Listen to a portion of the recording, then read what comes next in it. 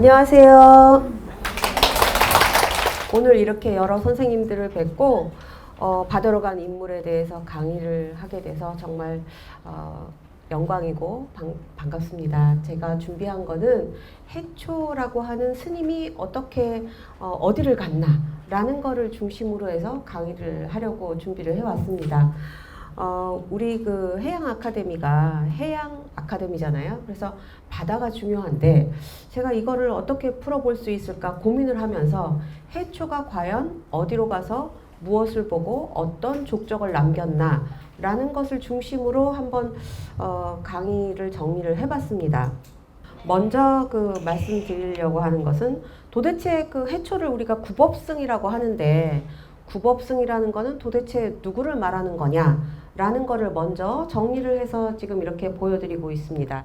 지금 요쪽에 제가 밑에 구법승이라고 써드렸고 요것이 중국에서 그려진 10세기경의 그림이에요.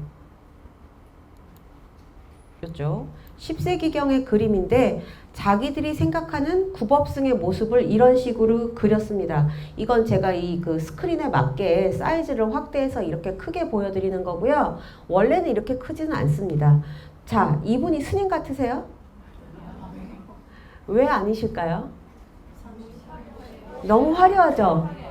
화려해서 꼭 뭐 어디 파티 가는 분 같이 보이시죠?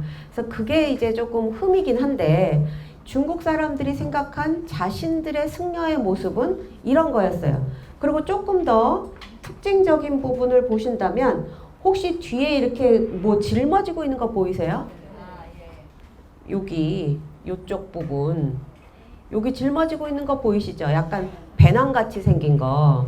이 배낭같이 생긴 게 사실은 이제 배낭은 아니고 약간 그 뭐 대나무 같은 걸로 이렇게 층을 지게끔 만들어가지고 그 뒤에다가 바리바리 두루마리를 쌓은 모습이에요. 두루마리인지 어떻게 아실까요? 여기 그죠? 여기 이렇게 또글또글 이렇게 말려 있죠. 그래서 요것이 전부 두루마리들입니다. 이 두루마리들은 무엇일까요? 뭘 말았을까요? 달력? 수건? 경전입니다. 네. 그래서 이렇게 보면은 이렇게 경전들이 사실은 아니지만 이렇게 동그랗게 약간 소라처럼 이렇게 그려가지고 똘똘똘똘 말려있는 무슨 두루마리를 저렇게 잔뜩 이거 보세요. 하나 둘 셋 넷 다섯 여섯 보이는 것만 6개인데 뒤에도 또 있거든요. 굉장히 무거웠을 것 같습니다.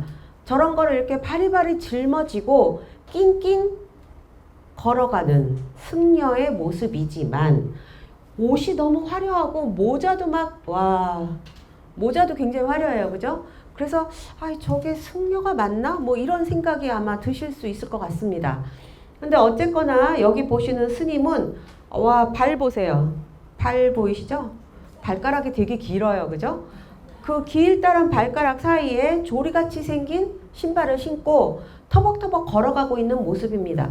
싹 이렇게 이게 분명히 무거울 텐데 잔뜩 짊어졌으니까 그렇게 힘들어 보이지는 좀 않습니다. 아마 혼자 가지는 않는 것 같고 저쪽에 강아지 같이 생긴 짐승 보이세요? 여기 무엇일까요? 혹시 요새 유행하는 캐대헌 보셨나요? 비슷하게 생겼죠? 예, 그 캐대헌의 호랑이와 비슷한 호랑이가 옆에 갑니다. 실제로 호랑이가 요만할까요? 호랑이 5개월짜리 호랑이도 이거보다 클 것 같습니다. 근데 호랑이가 가요. 근데 호랑이가 진짜 따라갔을까요? 에이, 호랑이가 왜 따라가겠어요. 그냥 이거는 그만큼 스님이 중요한 존재다. 호랑이가 옆에 따라가면서 마치 호위를 하는 것처럼 보일 정도로 중요한 존재다라는 것을 보여주기 위해서 이렇게 스님을 그렸습니다. 자, 얼굴을 보시면 스님의 얼굴이 어떻게 좀 중국 사람 같으세요? 왜 아니에요? 코? 눈이 조금 부리부리한 면은 있어요. 그죠? 그 어딘가 중국 사람인 듯 아닌 듯 하면서 그런 얼굴로 스님이 이렇게 마치 붉은 루즈를 칠한 것 같이 입술을 빨갛게 바르시고 발랐을 리는 없지만 그렇게 가시는 모습입니다. 근데 여기를 보시면 눈썹이 이렇게 되게 길어요. 그죠? 그렇죠.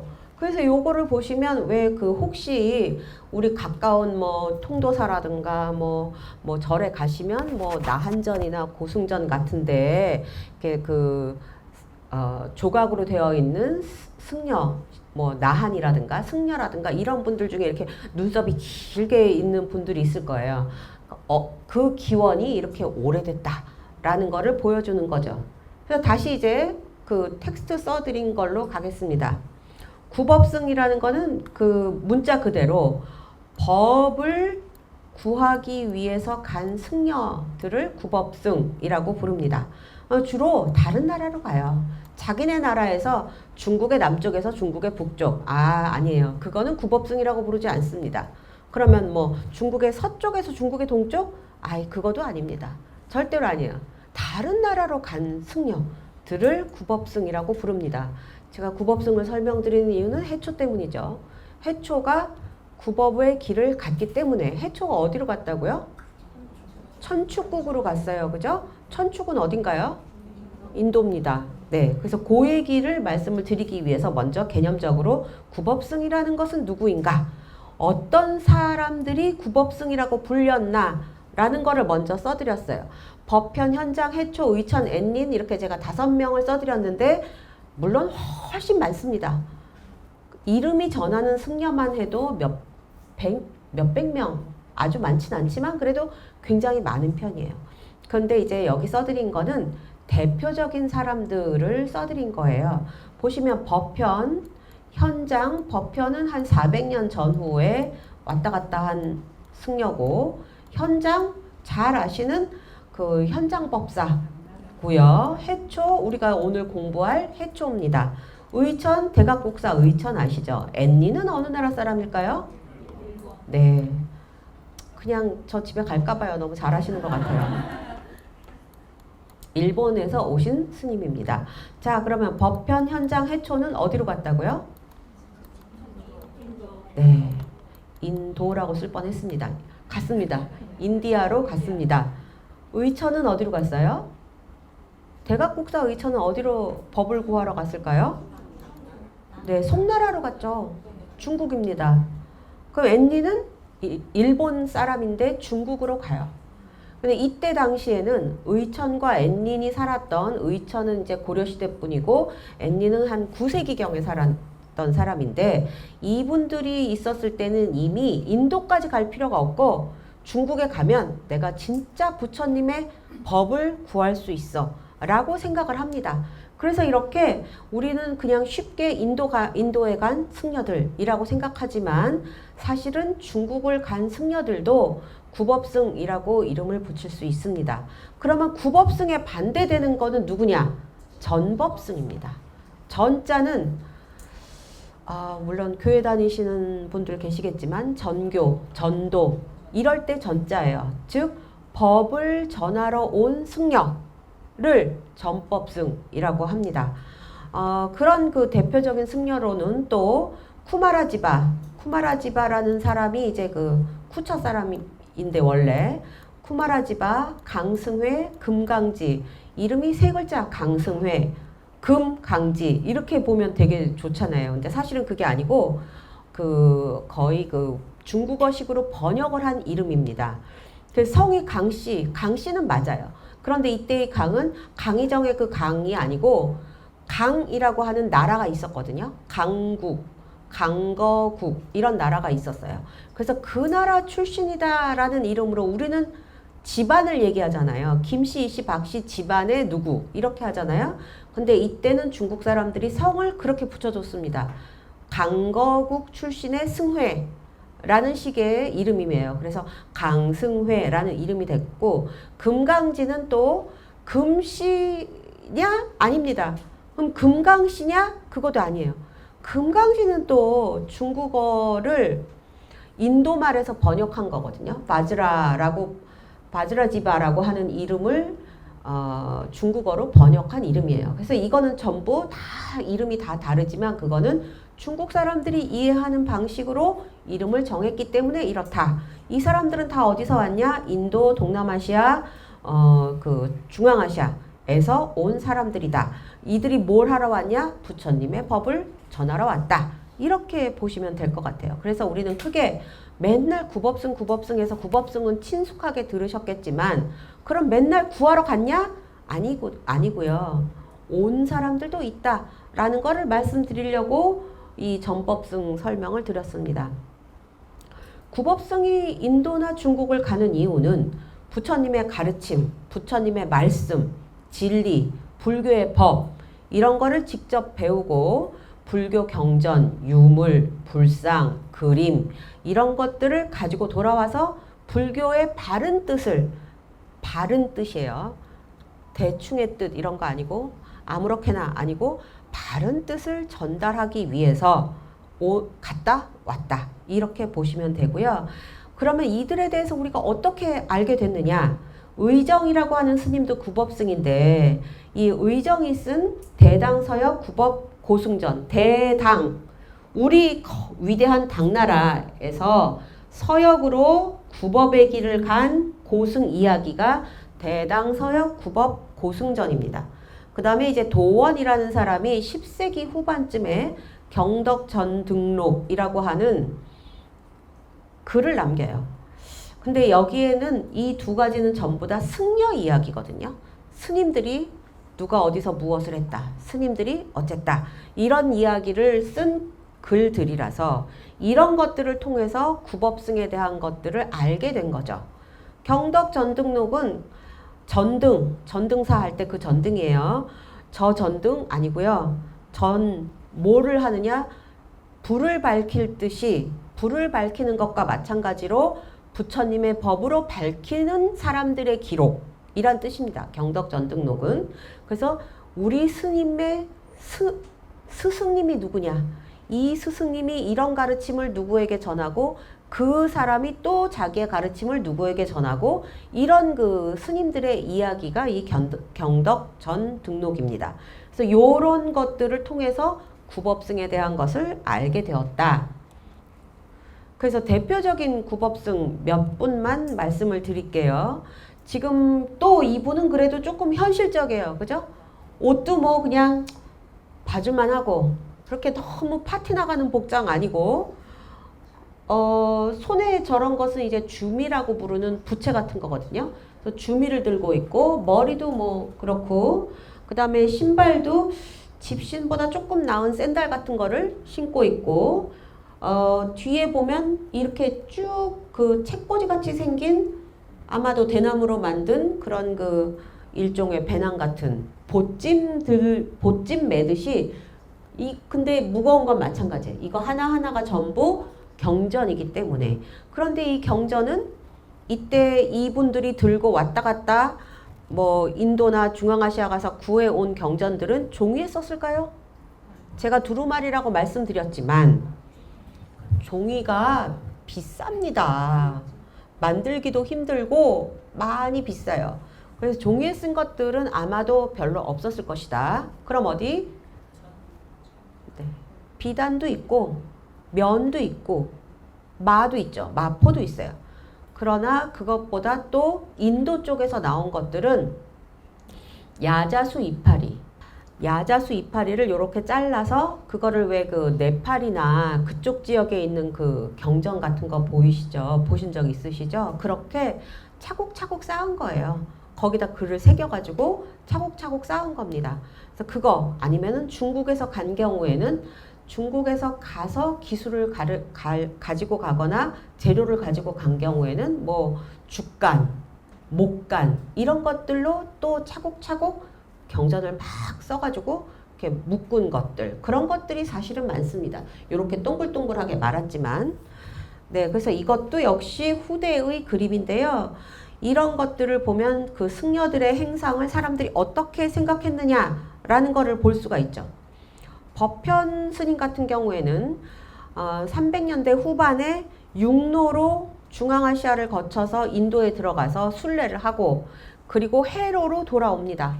근데 이 법현 스님이 그 뒤에 중국에 이제 돌아올 때는 산동성 쪽으로 들어오거든요. 배를 탔는데 배가 난파가 돼가지고 어느 이렇게 낯선 곳에 떨어져서 몰래 숨어가지고 여기가 어딘지 모르니까 그러고 있었는데 낯익은 말이 들려서 보니까 내 고향 땅이더라 이런 걸 남기거든요. 그래서 그분이 돌아가서 기록을 남긴 것이 불국기입니다.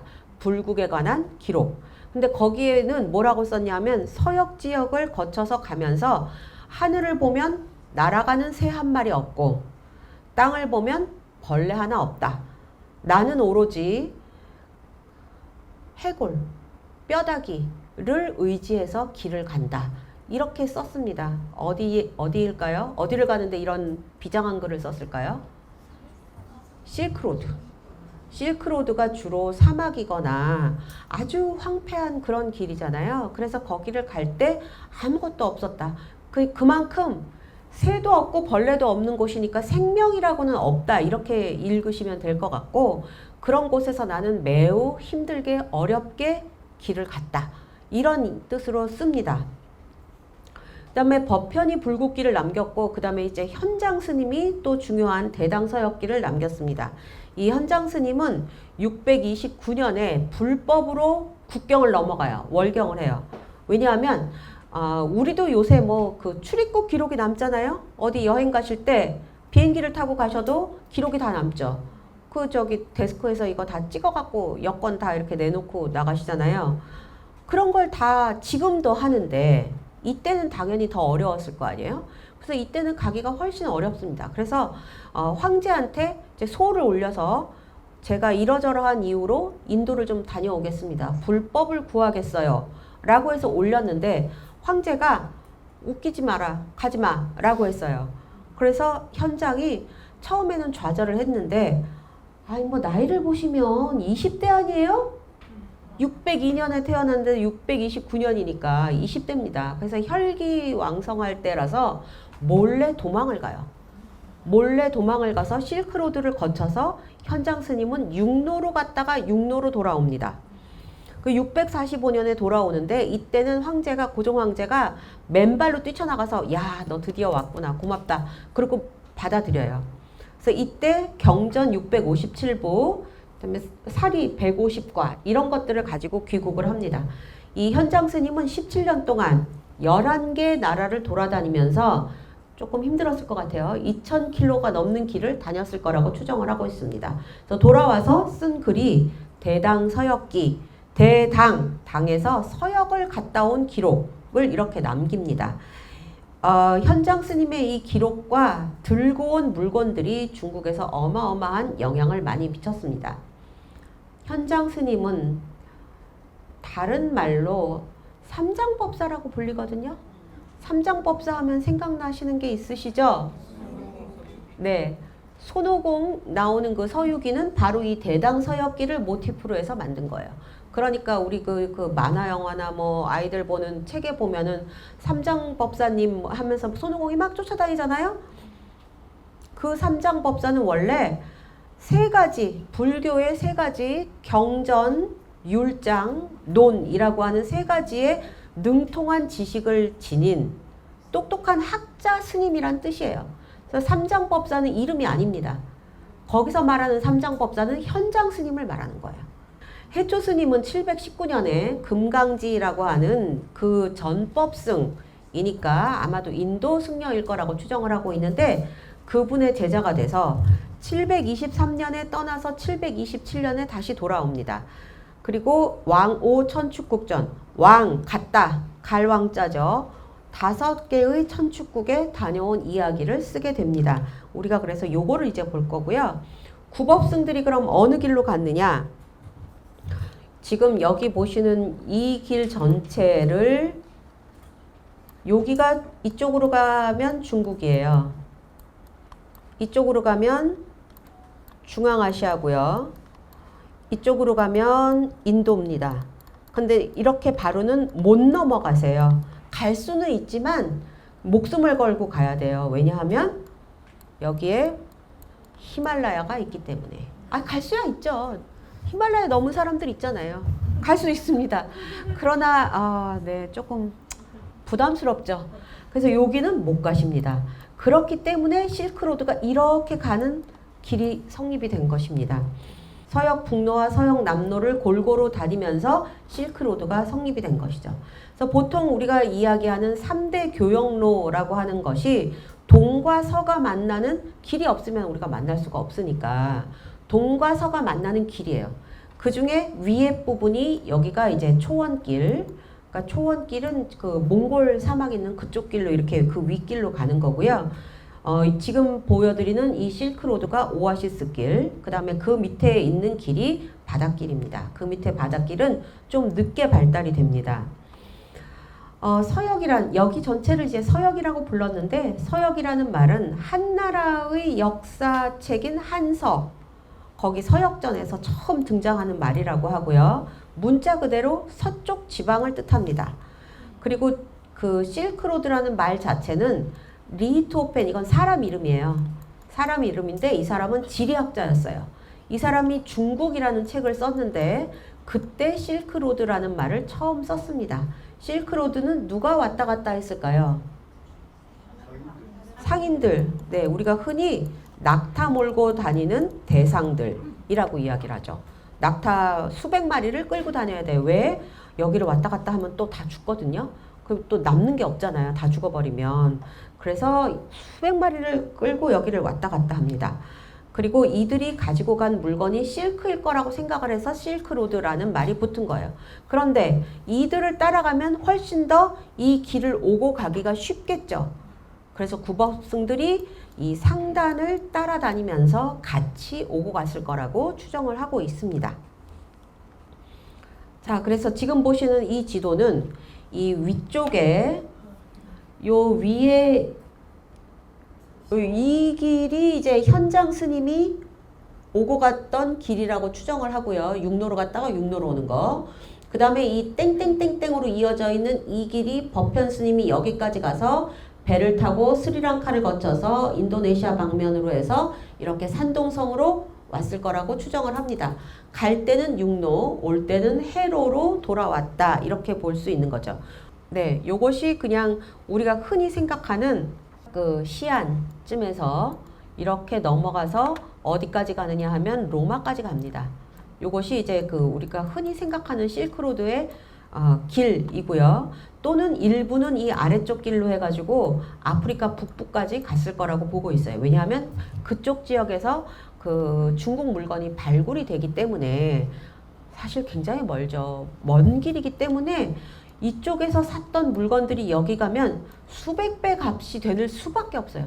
아니 이 먼 길을 몇 개월, 빠르면 몇 개월, 길면 몇 년이 걸려서 1년이 넘는 기간 동안 이렇게 가야 되기 때문에 값이 비쌀 수밖에 없습니다. 그래서 상인들이 돈이 많아요. 돈이 많은 거는 돈이 많이 벌려고 가는 거지만 이 많이 번 사람들이 자기들이 무사하게 이 길을 왔다 갔다 하는 거를 빌잖아요. 그래서 종교가 더 발달하는 거고 그러다 보니 서로 뭐랄까 윈윈하는 관계랄까요? 구법승이랑 같이 가면 조금이라도 더 나를 위해서 기도해 줄 것 같고 우리 상단을 위해서 기도해 줄 것 같고 우리가 무사하게 이 길을 왔다 갔다 하는데 도움이 될 것 같으니까 구법승, 승려들을 같이 가는 거를 쉽게 생각하고 좋게 생각합니다. 그래서 이 길을 따라서 같이 왔다 갔다 했을 것이다. 이렇게 보고 있는 거죠.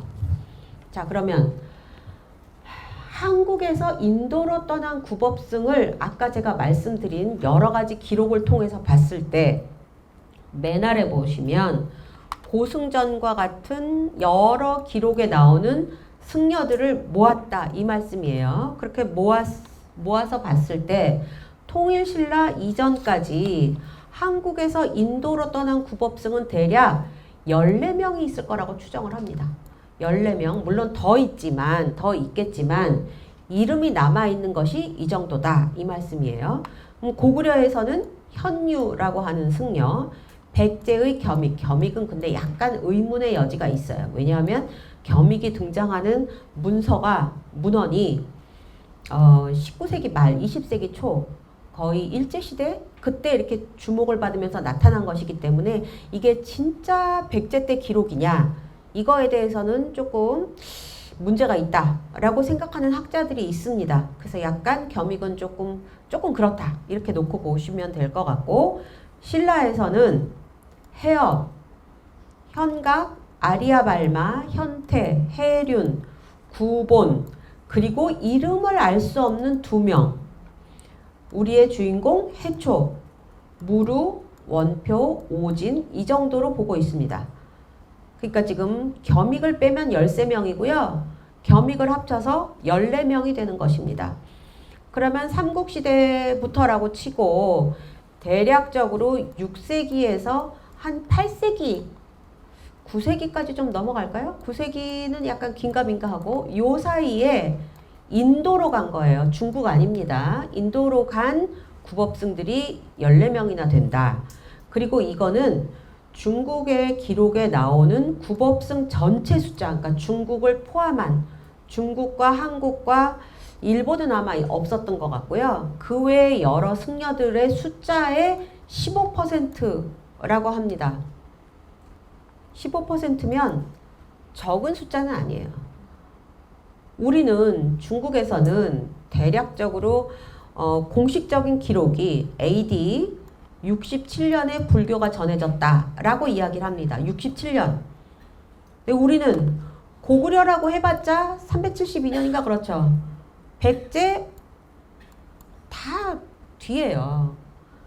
그런 것에 비하면 중국에 비하면 굉장히 늦게 전해졌고 그 기간이 짧아요. 그럼에도 불구하고 15%나 된다는 것은 불법을 구하러 가려고 하는 어떤 열의, 신앙, 불교적인 어떤 의지 이런 것들이 아주 강했다. 이렇게 보시면 좋을 것 같습니다. 자, 그래서 그들의 행로를 거꾸로 추적이 가능한 사람만 뽑아보면 실명은 제가 아까 말씀드렸죠. 실명은 이름을 알 수 없는, 이름이 전하지 않는 신라 승려 2명이 있는데 이 사람들에 대한 거는 아까 보여드린 대당, 서역, 국업, 고승전에 나오는 사람이 2명이 있습니다. 그리고 이 사람은 7세기 후반에 갔어요. 그리고 바닷길로 제가 바다로 갔을 거라고 추정되는 분들만 색깔을 다르게 썼거든요. 바닷길로 인도에 갔다가 바다로 인도에 갔다가 파로사국이라고 하는 곳에서 입적했다라고 이야기를 합니다. 어디서? 대당서역 국업 고승전에서. 파로사국은 어디냐? 오늘날의 인도네시아일 거라고 추정을 합니다. 생각보다 인도네시아가 바닷길에서는 굉장히 중요한 역할을 했어요. 왜냐하면 배가 그 중국 방면에서 중국의 보통 광동성 아니면은 그 위에 상해 위쪽에 강소성, 영파 이런 데서 배가 떠나거든요. 중국에서. 그럼 거기서 떠난 배가 쭉 밑으로 내려가서 베트남 방면으로 해서 인도네시아 쪽, 그러니까 거기가 어디냐 하면 싱가포르 밑에 있는 인도네시아예요. 인도네시아는 이제 섬이 크잖아요. 그래서 4개의 섬이 있는데 큰 섬 4개니까 섬 하나하나가 우리나라 몇 배쯤 되는 큰 섬입니다. 섬이라고 불러도 좋을지 모르겠다 싶을 정도로요. 근데 그 중에서 그 싱가포르와 붙어 있는 지역, 거기를 배가 거쳐서 이렇게 올라가요. 그렇기 때문에 인도네시아가 바닷길에서는 상당히 옛날부터 중요한 역할을 했어요. 근데 그 중에 이 7세기쯤에 있었을 거라고 추정하는 게 파로사국이 인도네시아 오늘날의 수마트라라고 하는 곳에 있었던 슈리비자야일 것이다. 거기에 슈리비자야라고 하는 왕국이 있었을 거라고 이야기를 하거든요. 역사 기록에도 있고. 그래서 이 파로사국은 아마도 슈리비자야일 것이다. 거기에 들렸다가 그만 거기서 입적했다. 이런 기록이 남아있고요. 그 다음에 현유라고 하는 스님은 역시 대당서역 국업 고승전에 나오는 고구려 승려인데 중국 승려가 중국의 승철이라고 하는 스님이 자기의 스승님이었어요. 근데 그 스님을 따라서 같이 스리랑카에 가서 머물렀다라고 이야기를 합니다. 그러니까 스리랑카니까 당연히 스리랑카는 쬐끔해도 뭐 아주 작진 않지만 섬이잖아요. 그러니까 그 섬을 가기 위해서는 날아갈 수가 없기 때문에 당연히 배를 타고 갔다. 그러니까 해상을 통해서 스리랑카에 갔다. 그러니까 이 현유 스님도 아마도 바다를 통해서 인도까지 가지 않았나 이렇게 추정을 하고 있습니다. 그 다음에 그 해동 고승전에 보면 동인도에 갔다고 이야기를 합니다. 그리고 이후의 행적에 대해서는 모른다 라고 되어 있기 때문에 아마도 돌아오지 못했을 것이다 라고 생각을 합니다. 고구려로. 그 다음에 원표라고 하는 승려는 당항포에서 출발해요. 당항포 어디일까요? 당한코. 예, 아마도 화성 아니면 당진 그 사이 어디에 있었을 거라고 추정을 합니다. 물론 이제 발굴하는 사람에 따라서 다 다르게 얘기하긴 해요. 거기서 이제 등주 방면으로 가서 등주에서 남쪽으로 한참 내려가서 복건성을 거쳐서 신리불서로 갔다. 신리불서, 제가 역시 색깔을 다르게 해드렸으니까 이것도 배가 아니면 갈 수 없는 곳이다. 어디냐? 슈리비자야. 발음이 비슷하죠. 슈리비자야, 신리불서. 그죠? 슈리비자야가 인도네시아 말이고요. 이거를 한문으로 음역한 말이 신리불서예요. 그래서 신리불서는 중국 문헌에 굉장히 많이 나옵니다. 많이 나오기 때문에 슈리비자야라고 하는 왕국이 아주 컸구나. 컸고 중국이랑 교류를 많이 했구나. 이런 걸 추정할 수 있어요. 거기서 다시 배를 타고 스리랑카로 갔다가 인도 천축으로 갔다가 네팔로 갔다가 육로를 통해서 토번은요 발음상 티벳이 들어가잖아요. 여기 티벳입니다. 티벳을 거쳐서 우전국으로 가서 거기서 다시 장안으로 돌아왔다. 장안은 이제 중국 장안이에요. 이때 그 당나라 수도였으니까 장안, 오늘날의 시안입니다. 장안으로 갔다가 다시 복건성으로 가서 여기부터는 추정이에요. 경주로 갔다가 장흥 청관사로 가서 거기서 입적했을 것이다 라고 하는 거는 추정입니다. 그 앞에는 기록에 있어요. 기록에 있기 때문에 원표가 이런 길로 매우 머나먼 바닷길을 거쳐서 인도까지 갔다 왔다. 자, 해초는 신라 출신으로서 723년에 가서 727년까지 5천축 5개의 천축국을 갔다 오고 페르시아까지 여행을 했어요. 페르시아 근처까지 이렇게 갔다가 거기서 서역 북도로 중국에 돌아와서 왕호 천축국전을 썼다. 자, 페르시아는 오늘날의 이란입니다. 서로 다릅니다. 그런데 이란이 이쪽 동아시아 쪽에 붙어 있어요. 아프가니스탄, 파키스탄, 그 북쪽으로 중앙아시아 이쪽에 이란이 붙어 있거든요. 그래서 이란의 왕들이 되게 중요한 왕들이 많았어요. 페르시아에. 페르시아 역사가 깊잖아요. 아, 옛날에 무슨 페르시아 왕자 뭐 이런 노래도 있지 않았나요? 페르시아 왕자가 나올 정도로 우리나라인데 우리나라에서도 그런 노래를 만들 정도로 되게 유명했습니다.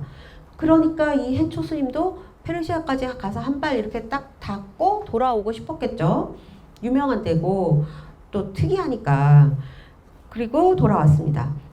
왕호 천축국전은 현재 남아있는 버전은 첫 부분과 두 번째 부분의 앞머리와 끝부분이 일부 잘린 축약본, 축약은 아니고 잘라진 부분만 남아 있습니다. 그래서 그거 좀 이따 보여드릴 거고, 다만 해초라고 하는 스님이 어디로 가서 어디로 해서 어떻게 왔을 것이다 라고 하는 것을 추정할 수 있게 해주는 것이 불교 경전 중에 일체경음의라고 하는 경전이 있어요. 요것이 한 9세기 800년대 중반쯤에 쓴 여러 권짜리 책이 있는데 해림이라고 하는 중국의 스님입니다. 요 분이 쓴 일체경음의의 기록이 조금 나와요. 그래서 해초 스님이 어디를 갔을 것이다 라는 구법 행로를 추정할 수 있게 된 것이죠. 자, 그러면 우리는 지금 뜬금없이 왕호 천축국전을 어떻게 갑자기 알게 됐느냐. 이거는 도낭 막고굴에서 왕호 천축국전에 아까 보여드린 전략본이라고 하는 것이 발견이 됐기 때문입니다. 지금 보시는 곳은 다 모래밖에 안 보이시죠? 저 뒤에, 저기 올라갔었거든요. 권하고 싶진 않아요. 아니, 모래니까 발이 푹푹 빠질 뿐만 아니라 정말 아까 말씀드린 법현 스님의 새 한 마리 없고 벌레 한 마리 없다. 이거를 아주 확실하게 느낄 수는 있습니다. 그런데 숨을 쉴 때마다 모래가 다 들어가요. 숨만 쉬어도 입과 코와 목구멍으로 모래가 막 들어와서 막 씹힙니다. 그래서 그다지 권하고 싶진 않아요. 근데 막고굴은 굉장히 좋거든요. 그래서 기회가 되시면 한번 가보시는 것도 좋겠다 싶습니다. 그러니까 손오공이 왜 그렇게 깡패같이 굴면서 온갖 일을 다 하고 거기를 갔겠어요. 오로지 뜻은 삼장법사, 현장 스님을 도와서 인도까지 가서 굽업을 하는 거였잖아요. 그런데 가는 길에 내도록 계속 싸우죠. 왜? 환경이 다 저러니까. 환경이 다 저런 데니까 손오공이 그랬습니다. 근데 그들도 가면서 쉬어갈 수 있었는데 그게 뭐냐 하면 여기 나무들 보이시죠? 이 나무들에 있는 이 나무들이 자랄 수 있는 오아시스가 있었기 때문에 이쪽 지역을 점찍고 해서 그 머나먼 서역 실크로드를 갈 수 있었을 것입니다. 그 왕호천 축국전이 발견된 경위를 잠시만 설명을 드릴게요. 여기 보신 이 막고굴은 별명이 천불동이에요. 1000명의 부처님이 있다 라고 해서 천불동입니다. 천불동이 되는 거예요. 1000명의 부처님이 있을 리는 없겠지만 저도 한가하고 시간 나면 쉬어보고 싶어요. 진짜 1000명인가. 그건 그만큼 부처님이 많다 이런 얘기죠. 그래서 여기 전체를 굴을 많이 팠어요. 양쪽 굉장히 넓은 곳인데 거기 굴을 많이 팠어요. 그 중에 근대에 20세기에 여기가 알려지기 시작하면서 중국 사람들이 관리를 하기 위해서 1번 굴, 2번 굴, 3번 굴 이렇게 번호를 붙였어요. 무슨 줄 세우듯이. 근데 오늘날 17호 굴이 발견됐는데 요 굴을 나중에 이름 붙인 게 장경동이라고 하는 이름입니다. 요거는 1900년경에 16호 굴을 청소하다가 왕원록이 이건 사람 이름이에요. 이 사람이 여기에 연결되어 있는 장경동을 발견을 하게 되는 것입니다. 잘 보시면 요거는 20세기 초반의 사진이에요. 지금 여기 문 보이세요? 요거를 발견했다는 거죠. 이 왕원록이라는 사람은 이 시기에 도낭 막고굴을 관리하던 도사예요. 이상하지 않으세요? 여기 불교 사원이라며. 불교 사원인데 왜 승려가 아니고 도사야? 도사는 어떤 사람인데요? 네, 수리수리 마수리 하는 그 도사 맞습니다. 그 도사는 도교의 수행자, 도교의 무슨 관리를 하는 사람, 도교적인 뭐 행사를 하는 사람, 이게 도사죠. 근데 이 도사가 어쩌다 보니 이 지역에 불교가 쇠락해서 승려들이 없어요. 먹고 살 것도 없고. 그래서 이 왕원록이 여기를 그냥 에라 모르겠다 하고서 여기 눌러 앉았어요.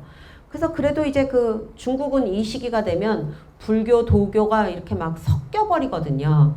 그러니까 이 사람도 여기서 그냥 행세하고 마을에 일 있으면 가서 도와주고 이제 뭐 이러고 살면서 그래도 그 신심이 있으니까 여기를 청소하는데 여기 한가득 먼지 같은 게 쌓여 있었는데 그 먼지가 쌓여 있는 거를 청소를 하다 보니 벽이 이상한 거예요. 그래서 이렇게 두들겨 봤는데 속이 퉁퉁퉁 울리는 거죠. 그래서 이상하다. 그리고 여기를 싹 드러냈더니 문이 하나 나왔다는 거예요. 그래서 그 문을 열고 들어가서 그 안에 있던 거를 지금 여기 보이시죠? 쌓아놓은 거예요. 마치 아까 첫 번째 슬라이드에서 보신 것처럼 승려가 뒤에다가 보찜 매듯이 이런 거죠. 뭐 이런 거. 이런 거를 바리바리 싸들고 인도에서 중국으로 왔다. 이거를 보여주는 건데요. 이거는 조금 더 뒤시기의 것이기 때문에 이렇게 좀 퉁퉁한 두루마리들이 잔뜩 나와 있습니다. 그래서 여기서 이거를 발견했어요. 이건 언제냐?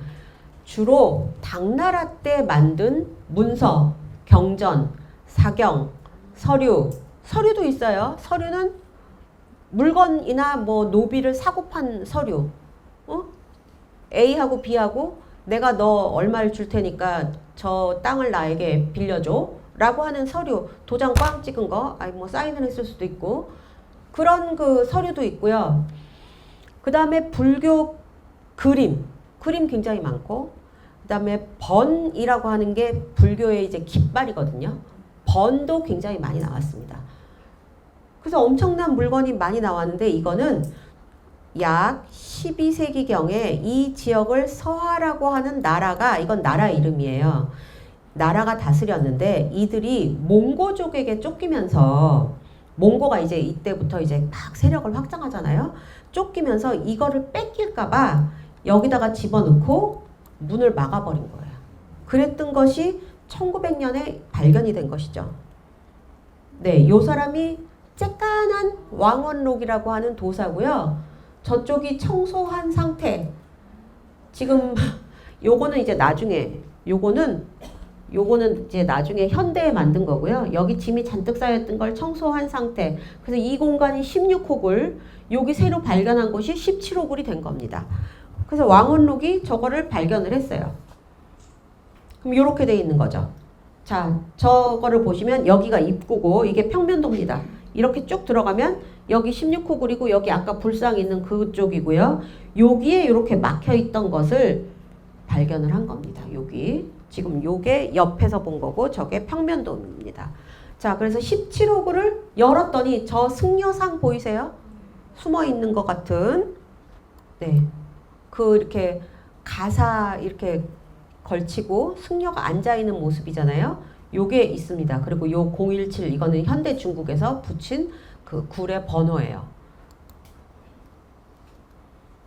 요렇게 돼 있는 거죠. 그러니까 거기 뭐가 있으리라고는 생각을 못 했다가 거기서 이제 발견을 해서 다 끄집어낸 거예요. 근데 하필이면 이것을 폴 벨리오라는 사람이 소문을 듣고 이때 당시 서양에서는 중앙아시아와 서역 실크로드 지역을 탐험하고 조사하는 그런 사회적인 분위기가 형성이 되어 있었는데 그 중에 벨리오라고 하는 프랑스 사람이 여기를 간 거예요. 소문을 듣고. 중국의 도낭시에 가면 막고굴이라는 곳에 어마어마한 문서가 많은 것을 발견했대더라. 그 얘기를 들었어요. 그래서 거길 갔어요. 근데 이 벨리오라는 사람은 천재예요. 진짜 부러운데 13개의 국어에 능통했던 사람입니다. 13개 국어를 막 샬라샬라 막 엄청나게 잘했던 천재인데 1901년에 아마 한 22살? 그때쯤이에요. 78년생이니까 그렇죠. 23? 잘해야 23인데 이때 호치민의 극동학원, 호치민 오늘날의 호치민이고 옛날에는 사이공이 이때 그 프랑스 식민지였잖아요. 거기 극동학원의 중국어 교수로 갔다가 중국을 들락날락 했다가 프랑스를 갔다가 어쩌다가 1908년에 도낭에 갑니다.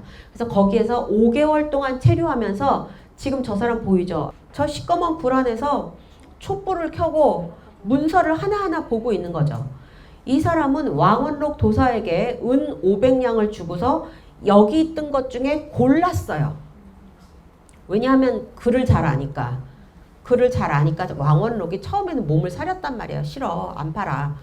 몸을 사렸는데 이 벨리오가 가서 중국어로 막 설득을 한 거예요. 아니 외국인이 너무 멀쩡한 외국인이 우리한테 갑자기 한국말로 캐대언 봤어? 막 이러면 저희도 살짝 이렇게 넘어갈 거 아니에요. 어머 너 그거 봤어? 사자보이즈 좋아해? 막 이러면서 넘어가잖아요. 그 왕원록이 처음에는 안 판다고 막 그런 거 없다고 시침이 떼다가 이 사람이 하도 이거를 잘하니까 그래 그러면 그래 내가 팔게 이렇게 넘겨주기로 한 거예요. 그래서 벨리오가 은 500냥을 주고 왜냐하면 이때 당시 중국은 은이 제일 중요했거든요. 그래서 은 500냥을 주고 이걸 사갖고 파리로 갔어요. 그래서 이때 이 사람은 저 중에서 고르고 골라서 좋은 것들을 가지고 간 거죠. 그리고 갖고 가서 어떻게 됐느냐? 나중에 알려진 것이 저 왕후천축국전이에요. 저것이 여기서 발견된 이름만 전해졌었던 문서의 실체를 여기서 확인을 하게 된 거죠. 그래서 벨리오는 이거를 골라낼 수 있는 능력이 있었다. 물론 다 알지는 못했겠지만 그래서 중국어와 한문을 잘 알다 보니 알자만 쏙쏙 골라갔다. 나머지 남은 것들은 좀 별볼일 없었다. 이렇게 보시면 됩니다. 그 해초에 대해서 생몰려는 사실은 미상입니다. 추정을 할 뿐이에요. 719년에 금강지에게 사사를 했고 금강지의 제자가 불공금강이에요. 금강 들어갔잖아요. 불공이 그냥 불공이라고도 부르고 전체 풀네임은 불공금강입니다. 이 사람들은 둘 다 밀교 승려예요. 밀교 승려고 전부 인도에서 넘어온 사람들이에요. 이들은 해초는 금강지의 명을 받고 금강지가 갔다 와 라고 하니까 네 그러고서 광주에서 스리랑카를 거쳐서 인도에 가서 4년 동안 순례를 하고 727년에 돌아옵니다. 그리고 돌아와서 왕호천축국전, 대승, 유가, 만수실리, 왕경서라고 하는 책을 집필을 해요. 대승은 대승불교의 그 대승이에요. 큰 탈 것이란 뜻이죠. 대승. 유가는 요가의 한자 번역입니다. 요가 아시죠? 요즘은 다 필라테스를 하시겠지만 옛날에는 다 요가를 했거든요. 그래서 그 요가의 한문 번역이 유가고요. 만수실리는 문수보살이에요. 그러면 이 책은 문수보살에 대한 거다라는 것을 짐작하실 수 있겠죠. 문수보살을 높이 불러서 왕이라고 뒤에다 붙여준 거고요. 문수보살을 왕처럼 대우하고 그거에 대한 경전에 대한 서문이다. 이런 뜻입니다. 원래 여기서 아무리 왕후천축국전이라는 것을 뭐 읽었다라고 하더라도 이게 해초의 저작인지 아닌지 해초가 누군지 잘 몰랐어요. 그러다가 1915년에 매우 유명한 일본의 학자 중에 다카쿠스 준지로라고 하는 그냥 좀 좋게 말하면 석학이 있었어요. 굉장히 똑똑하고 근면하고 열심히 공부한 사람인데 이 다카쿠스 준지로와 그 천하의 금수저 오다니 고주이가 서로 공부를 해가지고 해초라고 하는 사람이 신라승려라는 것을 발견을 하게 됩니다. 그 이전까지는 그러면 몰랐다. 언제? 1915년 이전에는 몰랐다. 이들이 그 참고로 했던 문헌은 일본에 전하는 문헌이에요. 일본에 전하는 원조라고 하는 일본 승려가 쓴 건데 대종조, 증사, 증사공, 대판, 정광지 너무 길어서 저도 삼장화상 표제집이라고 하는 곳에 쓰여있는 글을 통해서 해초라고 하는 사람은 원래 신라 승려다 라는 것을 확인하고 도장을 꽉 찍은 거죠. 그래서 이때부터 1915년 이때부터 해초는 신라 승려 그리고 해초가 쓴 것이 왕후천축국전 근데 지금 어디 있느냐? 프랑스에 있다. 요런 그것이 된 것입니다. 그리고 추정하기로는 787년에 중국의 산서성 오대산 건원보리사에서 입적했다라고 추정을 하고 있습니다. 해초는 이 당시에 안서도호부가 있던 쿠차를 거쳐서 중국의 장안으로 돌아왔습니다.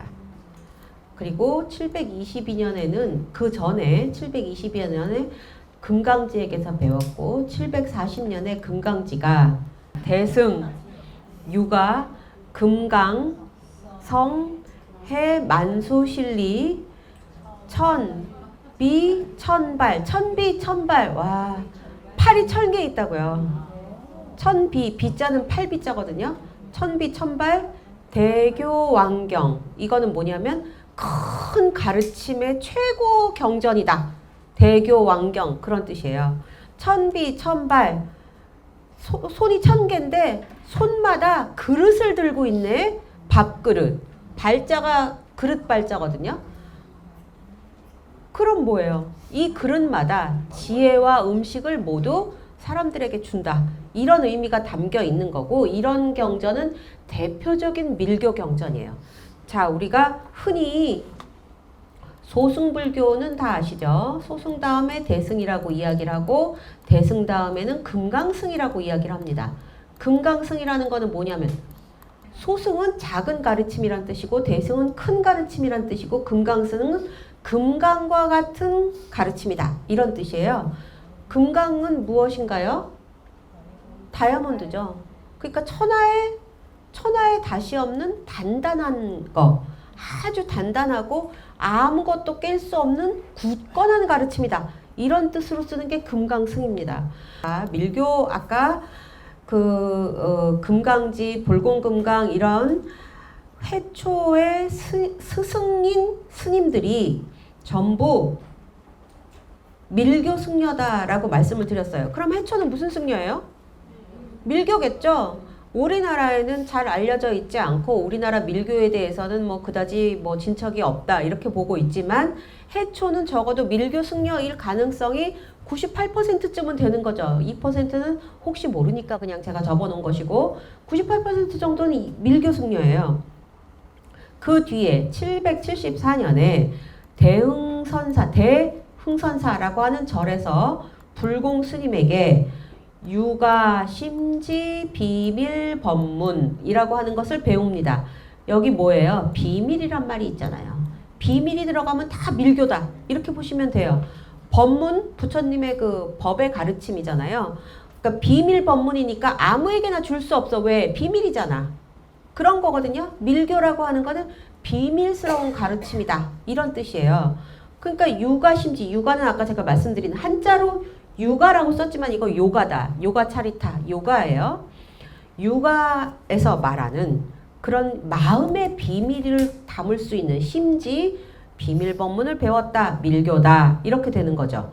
774년은 역시 중국에서 당나라 현종에서 그 다음 이렇게 넘어간 중종이죠. 이렇게 넘어가는 데인데 요 때는 중국에서도 밀교가 매우 번창하던 시기예요.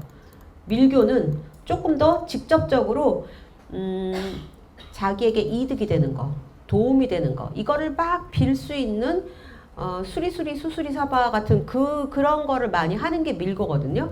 근데 그거를 대종, 그러니까 현종, 양귀비 남편이 현종입니다. 현종 뒤가 이제 대종인데 이들은 전부 현종 때 무슨 일이 있었냐면 안사의 난이 일어나잖아요. 755년 안록산 사사명의 난이 일어납니다. 그 현종 막 그때 밀렸죠.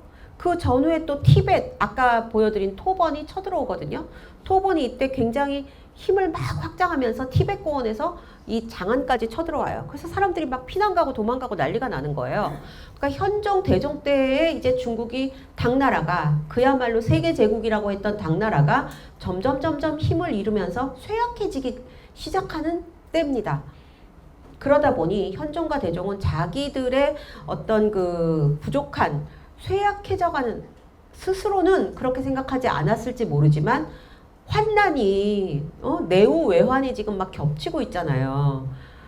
그래서 현종이 도망을 가죠. 안사의 난 때 도망을 갑니다. 황제가 모냥빠직으로 도망을 가는 거예요.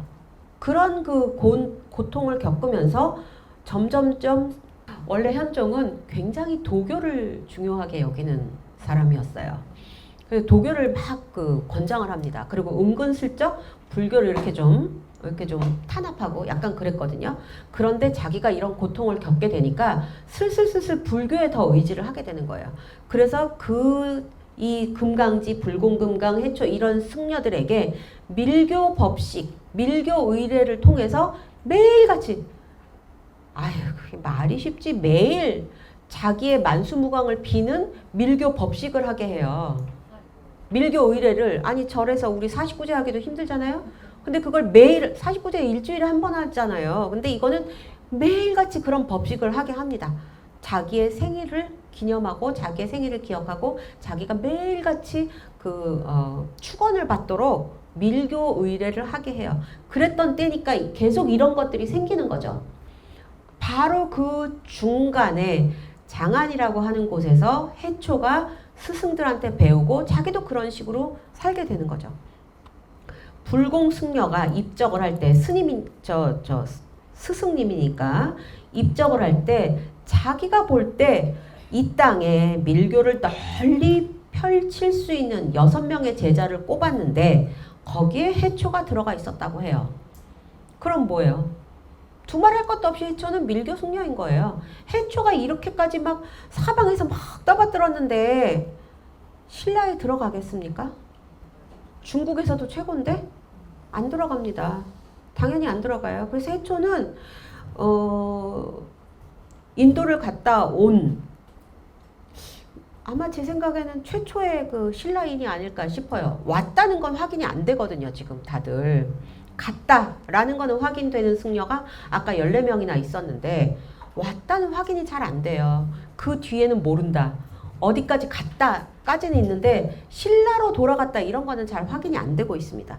그래서 이 해초는 신라로는 돌아오지 않았지만 중국까지 돌아와서 중국에서 마지막까지 자기의 승려로서의 이름을 떨친 그런 인물이다. 이렇게 말씀을 드릴 수가 있고 그리고 또 그 뒤에 불공이 21명의 밀교 고승들에게 흥선사 관정도량 그 다음에 대성문수각에서 밀교 경전을 외우고 독경을 하게 시켜요. 경전을 읽고 외우게 그렇게 시켰는데 거기에도 역시 해초가 포함되어 있어요. 제가 순서를 바꿨네요. 전부 해초가 들어가 있습니다. 그러니까 해초는 중국에서도 이름난, 지금 제가 이 불공 얘기를 계속 말씀드리는 것은 금강지나 불공이나 전부 중국의 장안의 황실에서 활동했던 승려예요. 황제의 비호와 온갖 그 부담스러운 애정을 다 받았던 승려들이 이 금강지와 불공 금강인데 그들의 그들이 손꼽았던 우수한 제자 그리고 승려였던 것 중에 해초가 반드시 포함된다. 이런 거죠.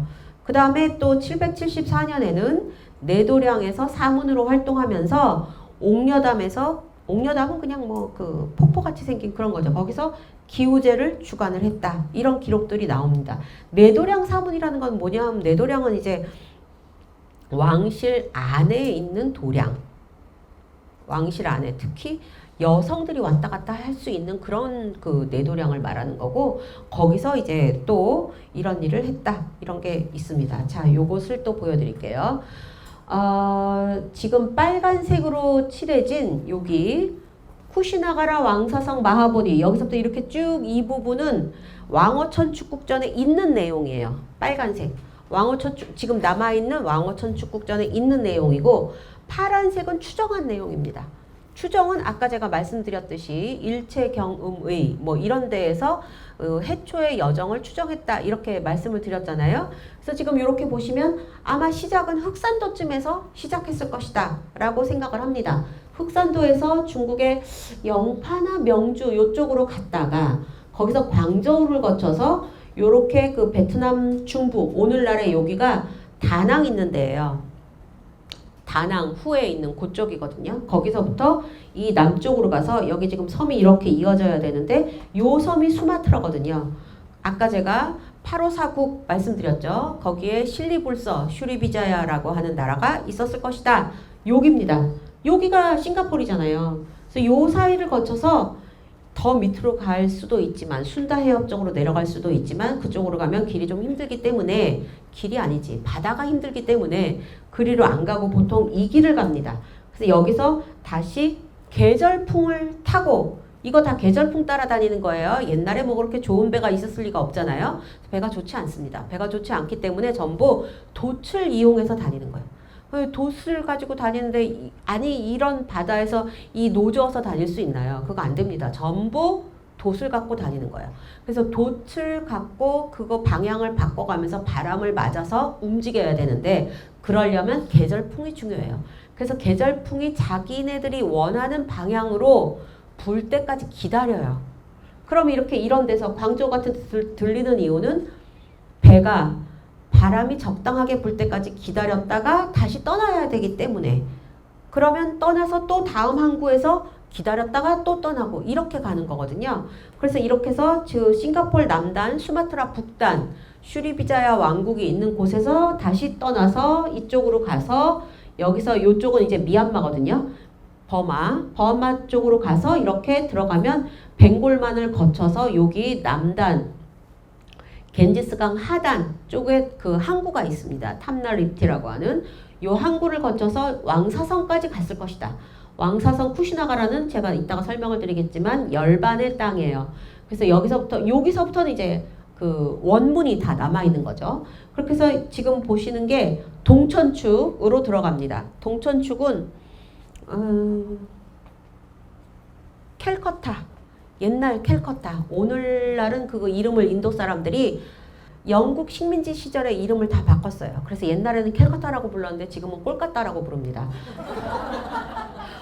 진심이에요. KOL 근데 그 인도식으로 해서 꼴까닥 할 것 같죠.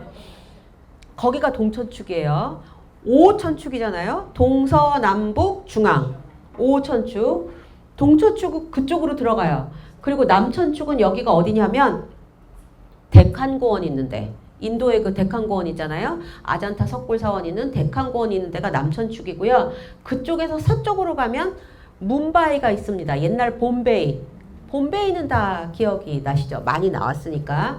거기가 서천축이에요. 그리고 서천축에서 위로 올라가시면 저 위에 여긴 지금 써 있지가 않은데 요 중천축은 사실은 이게 좀 이쪽으로 와야 돼요.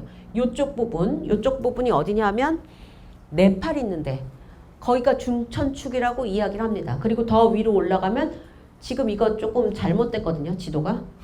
북천축은 여기 잘난다라 있는데 그러니까 간다라 카슈미르가 여기거든요. 카슈미르 간다라 탁시아 요쪽이 이제 간다라 지방이에요. 아프가니스탄. 거기가 북천축이에요. 그러면 동서남북 중 다 말씀을 드렸어요. 이 5개의 천축국을 다니다가 돌아왔을 것이다. 장안으로. 이렇게 합니다. 저 빨간색 선은 직접 그 기록에 남아있는 그 부분들이라고 말씀을 드렸지만 실제로 그의 행적을 놓고 봤을 때 데칸고원이 있는 남천축은 아마 못 들어가지 않았나라고 추정을 하고 있어요. 그래서 저 나식이라고 하는 석굴사원이 있는 데인데 저 나식까지만 가고 더 이상은 아마 못 갔을 것이다 라고 추정을 하고 있습니다. 기록에 별로 남아있지 않기 때문에. 그 다음에 그가 갔던 또 파사라고 하는데 여기가 이제 그 이란령에 들어가는 거죠.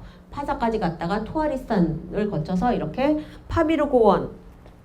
파미르고원을 거쳐서 쿠차로 해서 도낭, 란저우, 장안 이렇게 왔을 것이다 라고 추정을 하고 있습니다. 해림에 아까 말씀드린 일체경음의에 해초가 왕호천축국전 3권짜리를 지었다 라고 써 있습니다. 그런데 여기에 강멸, 조금 이따 다시 설명을 드릴 거예요.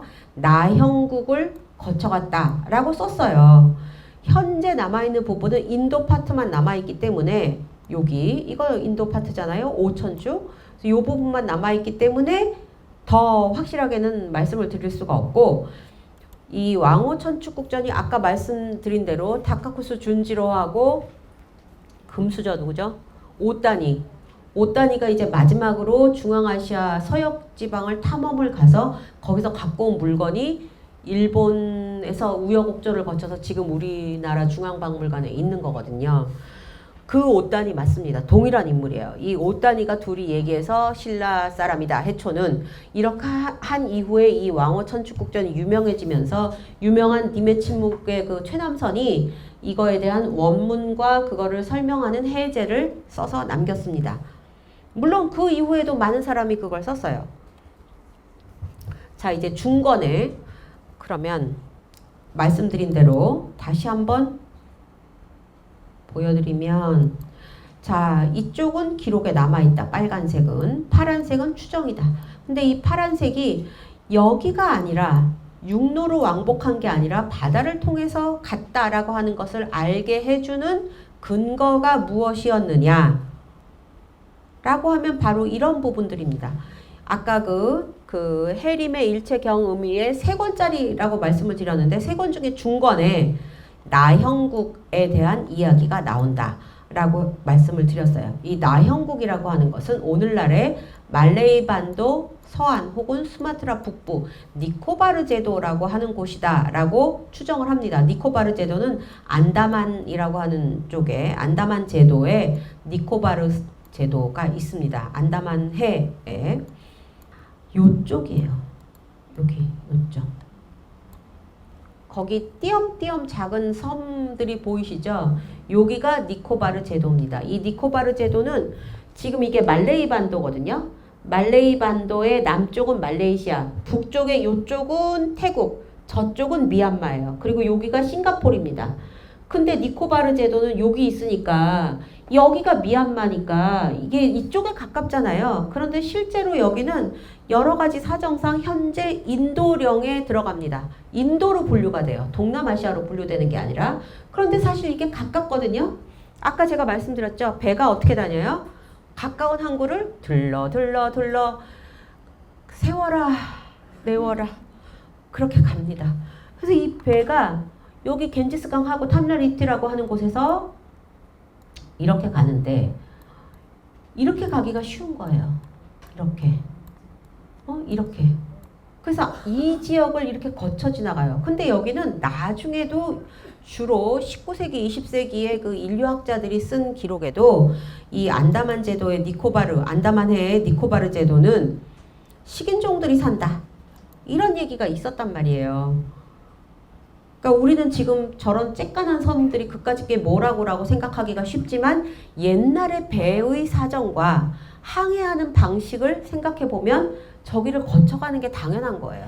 어찌 보면. 그래서 이 니코바르 제도를 중요하게 여기는데 인도령이든 어쨌든 간에 중요하게 여긴데 이들을 뭐라고 썼냐 하면 이 명대에 마환이라고 하는 사람이 있는데 이 사람이 영해승람이라고 하는 정화와 관련된 황관 정화 들어보셨죠?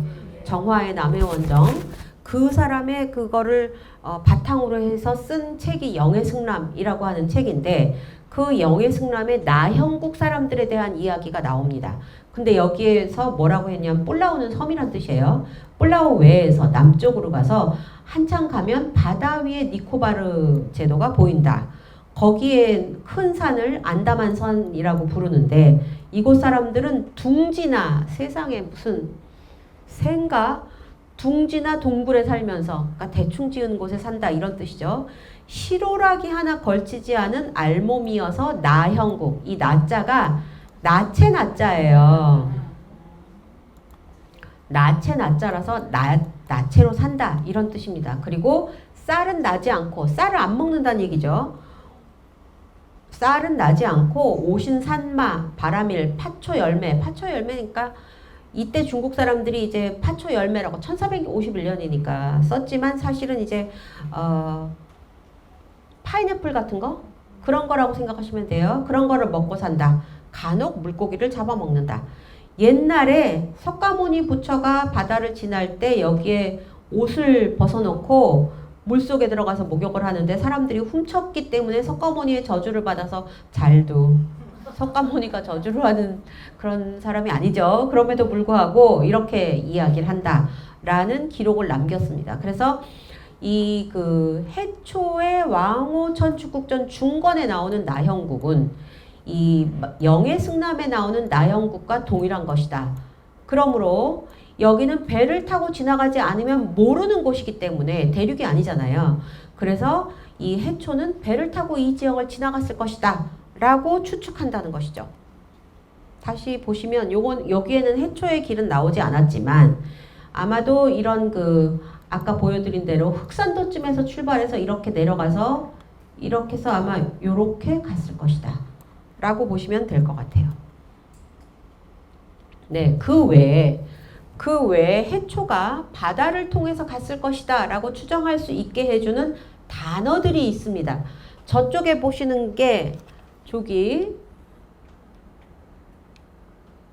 강멸, 평유, 대모, 귀별, 별의 분궁창, 원타, 야자장 이런 글자들이 나오는데 이것들이 주로 바다와 관련되는 글이기 때문에 단어기 때문에 해초가 배를 타고 바다를 통해서 가지 않았으면 쓸 수 없는 단어들이 여기에 나왔다. 그래서 해초는 바다로 갔다. 이렇게 보게 된다는 것이죠.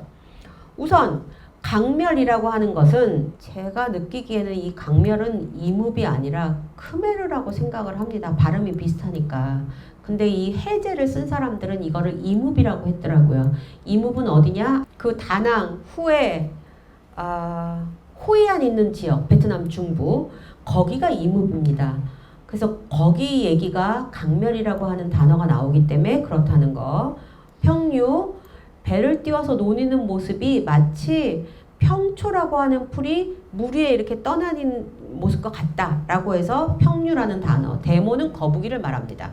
거북이는 열대지방의 그 거북이는 등껍질이 굉장히 중요해요. 그래서 그거를 엄청나게 한국에도 그걸 많이 사왔어요.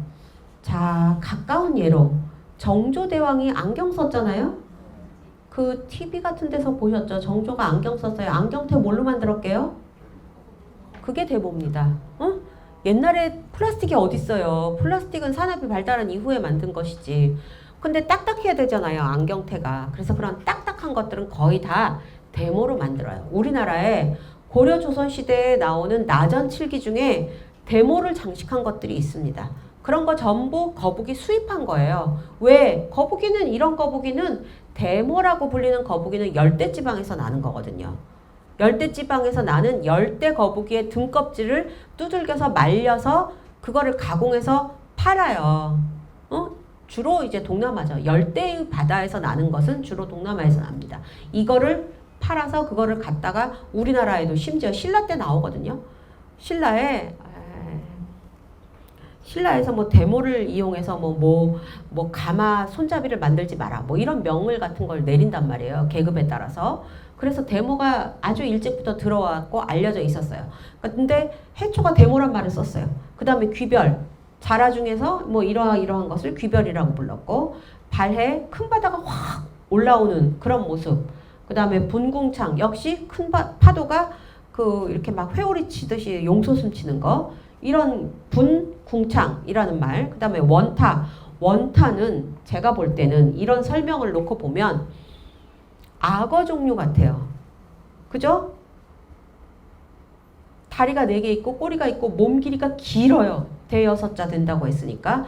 가죽으로 북을 만든다네요. 그러니까 가죽으로 백을 만든다고 그랬으면 더 확실했을 텐데.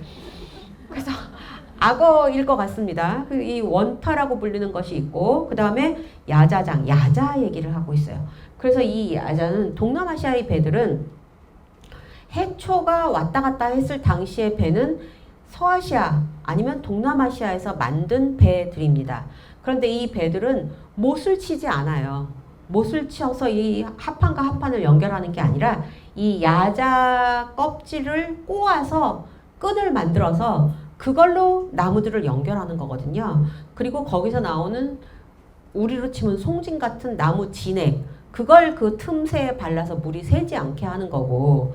그래서 이런 용어들을 봤을 때 해초가 쓰고 있는 그 왕호천축국전에 나오는 용어들은 바다가 아니면 바닷길을 통해서 왕래하지 않으면 알 수 없는 용어들을 쓰고 있기 때문에 해초가 갈 때는 반드시, 올 때는 육로로 왔지만 갈 때는 반드시 바다를 통해서 갔다라고 추정을 한다는 것이죠. 그래서 해초의 지금 이쪽에 왕래한 곳이 인도에서 어디냐라고 봤을 때 인도의 왕사성, 쿠시나가라, 마하보디, 카나굽자, 나식, 알로루 이런 데를 갔었다. 그 다음에 아프가니스탄의 바미안의 그 몇십 미터 되는 그 대불이 있었던 그곳, 그 다음에 서역의 카슈가르, 쿠차, 그 다음에 이 추정한 부분은 바다 쪽이기 때문에 추정한 부분이에요. 참파, 수마트라, 말레이반도 중부. 배가 이렇게 가니까. 배가 이렇게 가거나 이렇게 가거나 하기 때문에.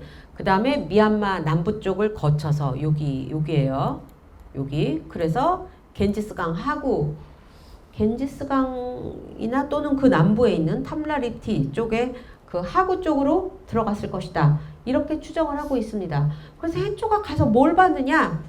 그걸 보여드리기 위해서 제가 이렇게 갖고 왔어요. 지금 이것은 이제 인도 지도인데 이쪽 부분에 그 다양한 석굴 사원들이 있어요. 바자, 베드사, 칼리, 나식. 아까 나식 갔다고 말씀드렸죠. 아잔타.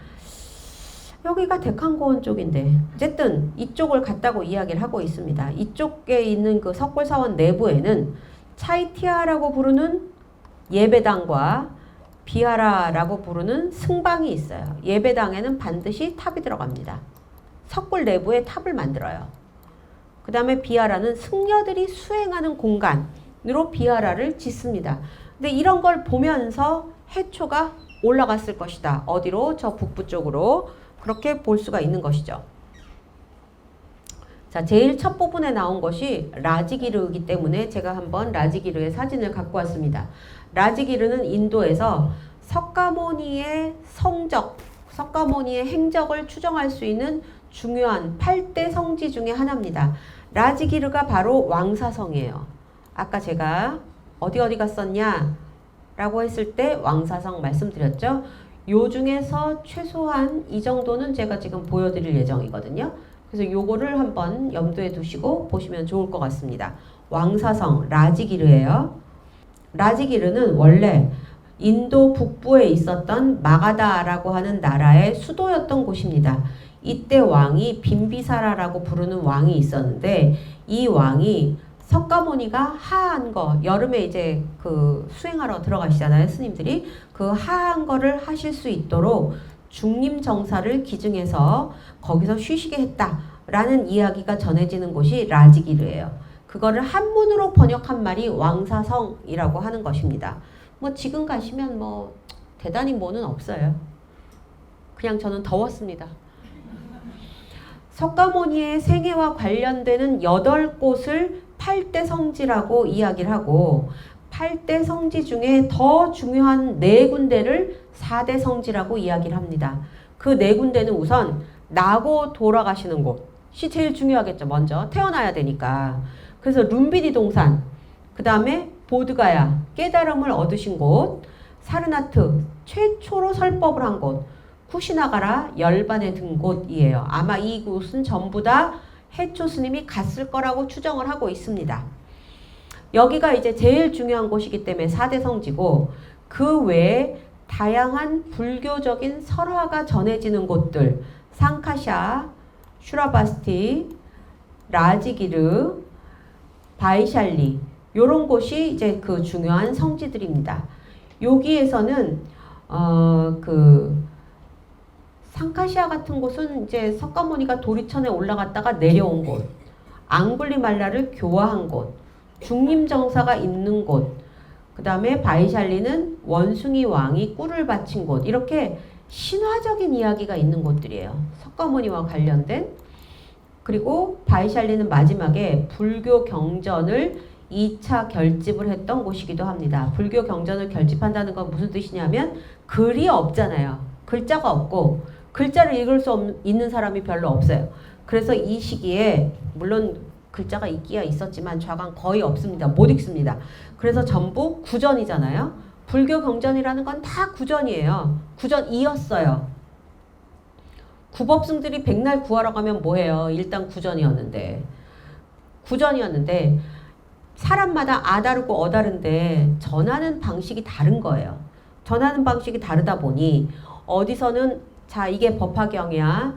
부처님이 이렇게 말씀하셨어. 어쩌고 저쩌고 저쩌고 하면서 했어요. 근데 다른 데서는 법화경이란 부처님이 이렇게 말씀하신 것이다. 이렇게 말할 수 있잖아요. 똑같은 말인데 말이 달라요. 그래서 전부 말이 달라지니까 우리 다 같이 고승들이 모여서 우리 다 같이 정확한 불교 경전을 만들자라고 하는 것이 결집입니다.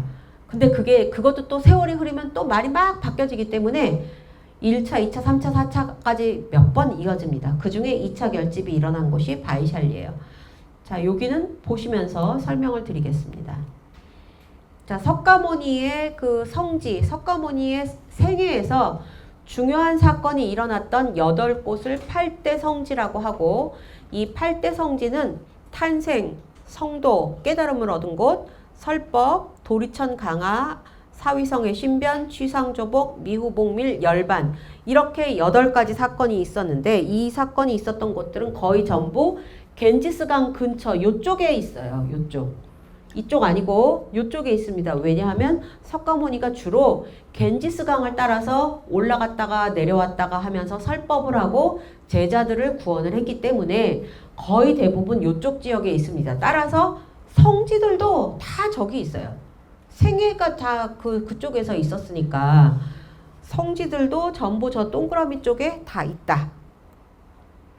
자, 4대 성지 카필라바스투라고 나옵니다. 원래 거기는 룸비니 탄생의 장소, 보드가야 처음 깨달음을 얻은 곳, 사르나트 처음으로 설법을 한 곳, 쿠시나가라 부처님이 열반에 든 곳. 자, 요 부분 빨간색 동그라미를 쳤죠. 다 요 부분이에요. 이게 다 여기가 겐지스강이거든요. 겐지스강을 따라서 석가모니가 이렇게 갔다가 이렇게 왔다가 이렇게 갔다가 했기 때문에 전부 저 지역에 있습니다. 자, 요것은 마야데비 사원이라고 알려져 있는데 네팔의 룸비니 동산이에요. 룸비니 동산에서 석가모니가 태어났잖아요. 그래서 그곳을 기념하여 마야데비 사원을 네팔 사람들이 세웠습니다. 그런데 사실은 인도 북부 지방과 이 네팔 지역이 네팔이 서로 싸워요. 서로 싸워서 부처님의 탄생지는 여기다 라고 서로 주장을 하는 거예요. 근데 최근에는 거의 그 뭐 한 20년 됐지만 근래에는 네팔 쪽이 이겼어요. 일단 이런 게 다 있기 때문에 그래서 룸비니 동산이 원래 여기일 것이다. 석가모니가 아니 마야 부인이 친정으로 아기를 낳으러 가다가 이 룸비니 동산에서 나무를 보고 무수라고 부르는 나무를 보고 어머나 나무가 아름답네라고 띡 잡다가 석가모니가 태어났다. 이런 신화가 있잖아요. 신화라고 하면 안 되겠지만 좌간 석가모니 탄생설화가 그런 것입니다.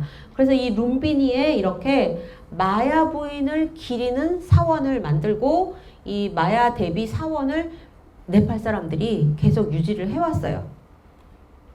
이렇게 생겼고요.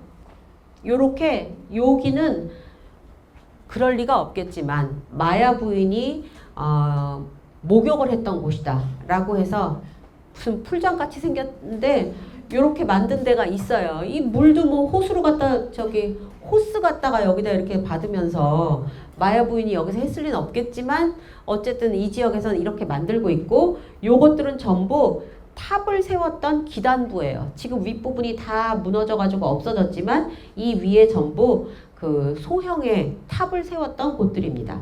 그래서 그게 지금 현재 이렇게 남아있기 때문에 네팔이 이겼어요. 거의 이겼죠. 그 정도면. 룸비니 동산일 거라고 얘기를 하고 마야 대비, 대비라고 하는 거는 여신을 뜻해요. 남자신은 대바, 인도말에서 아로 끝나면 남자고요. 이로 끝나면 여자예요. 그 대바 그러면 남자 천신, 대비 그러면 여자 신을 말합니다. 마야 대비는 마야 부인을 신격화해서 여기에다 모셨기 때문에 마야 대비 사원이라고 현지에서 그렇게 말하는 것이고 사실상 마야 부인은 7일 만에 돌아가셨죠. 석가모니를 낳은 지 7일 만에 돌아가셨기 때문에 석가모니는 사실상 불쌍하게도 이모의 손에 의해서 키워져요. 그래도 어쨌든 이 룸비니에는 마야 대비 사원이 있고 이들을 모시고 한다. 그리고 요것은 아쇼카 석주입니다. 아쇼카 대왕이 인도 전역에 8대 성지에 세워져 있었던 탑을 다 열어서 사리를 나눠서 84,000? 탑을 세웠다고 하잖아요. 그리고 그 앞에는 아쇼카 석주를 세웁니다. 지금 저기 윗부분 부러진 거는 위에를 대부분 이런 경우는 뭐 이슬람교도나 전쟁에 의해서 파괴가 되는데 그리고 이 밑에 세워진 이 쓴 글씨는 아쇼카의 그 칙령, 아쇼카의 령을 저기다 새겼다 이렇게 보고 있습니다. 이건 이제 현대, 이건 옛날 사진이고 이건 현대에 이렇게 복원 나름 좀 깨끗하게 다듬은 모습이에요. 그리고 요것이 간다라의 조각인데 마야 부인이 옆구리로 이렇게 해서 아기를 낳는 시달타가 옆구리에서 태어나잖아요. 오른쪽 옆구리입니다. 왼쪽 안 됩니다. 왼쪽 안 돼요. 인도 동남아시아의 그 전통에서는 무조건 좋은 건 다 오른쪽이에요. 네, 그래서 저는 왼손을 아껴주는 편입니다. 왼쪽은 그냥 다 나쁜 거. 밥을 먹거나 머리를 쓰다듬거나 하는 거 전부 오른손으로 하셔야 돼요.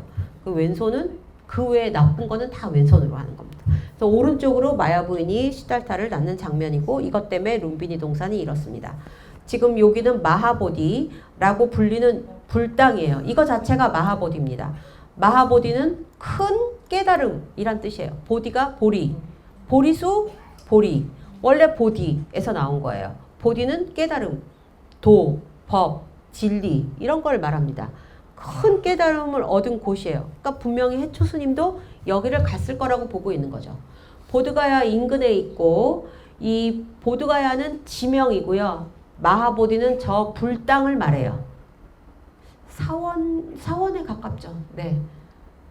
이쪽에는 이런 그 유적들이 있고요. 기원전 3세기 중엽에 여기가 이미 중요한 곳으로 여겨져서 아쇼카 왕이 이쪽에 있었던 보리수 근처에다가 난간을 만들고 석가모니가 깨달음을 얻은 금광자를 두었다. 이렇게 이야기를 하고 있고 금광자는 현재 5세기의 조각일 거라고 이야기를 하고 있습니다.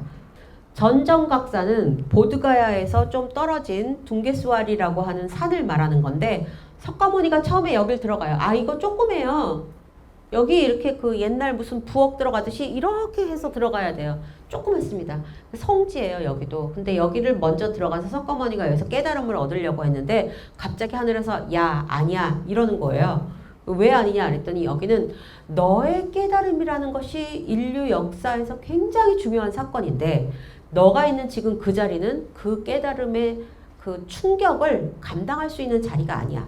여기는 아니니까 다른 데로 가라고 얘기를 합니다. 그래서 거기에서 전 정각산은 뭐냐면 정각, 깨달음을 얻기 전에 올라갔던 산이다. 그래서 이름 자체가 프라그보디 전 정각산이 되는 것입니다. 그래서 거기를 떠나서 보드가야 쪽으로 가요. 근데 가기 전에 그 굴에 있었던 용이 석가모니를 바지가랑이를 막 잡고 늘어지면서 가지마. 당신 가지 마세요. 여기서 그냥 있으세요. 당신이 가면 나는 어떡합니까? 라고 이제 하소연을 해요. 그래서 그 말을 듣고 석가모니가 미안하지만 나는 이때는 깨달음을 얻기 전이니까 시달타죠. 수행자인 시달타가 나는 깨달음을 얻으러 거길 가야겠으니까 너는 그냥 여기 있고 너를 위해서 내가 대신 내 그림자를 남겨주겠다. 그래서 유영굴, 부처님의 그림자가 있는 굴이다 라고 하는 것이 그 근처에 있습니다. 이게 이 굴이고요. 여기 조금 부산에서 가까운 쪽에 불영사 있지 않나요? 불영사가 이 부처님의 그림자를 뜻하는 거예요. 그러니까 사실은 굉장히 그 깊은 의미가 있는 그런 곳이죠. 요것이 그 마하보디 뒤편에 있는 보리수고요. 여기 밑에 그 대좌가 있습니다. 그 대좌는 잘은 모르겠지만 아마 국타 시대에 만든 것이 아닌가. 지금 요거고요. 가셔도 이렇게 보실 수 없어요. 이 위에 다 덮어놨기 때문에. 요 밑에 조각들을 보면 국타 시대 한 5세기경 것일다 이렇게 보고 있습니다. 그래서 마하보디라고 하는 것은 보디라고 하는 깨달음을 견딜 수 있는 자리이기 때문에 거기가 가장 중요한 성지가 되는 거예요. 보디라고 하는 깨달음은 정말 우주를 진동시킬 만한 큰 사건이기 때문에 바로 이 자리가 아니면 안 된다라고 천신이 이야기를 하는 거죠. 그래서 그 말을 듣고 석가모니가 보리수 밑에 가서 깨달음을 얻게 되는 것입니다. 네, 지금 이것이 인도의 불당이고 1층으로 들어가시면 이런 그 불상이 안치되어 있어요. 사실 저는 만져보고 싶었는데 유리가 있어요. 그래서 만져볼 수는 없었고요. 이 옷도 예쁘잖아요. 노란색. 매일 스님이 갈아입힙니다. 매일 다른 걸로. 왜냐? 바치는 사람이 너무 많거든요. 여기에다가 이 부처님을 위해서 이렇게 그 보시하는 사람들이 너무 많기 때문에 그 사람들이 바치는 천들을 매일 갈아입힌다고 해요.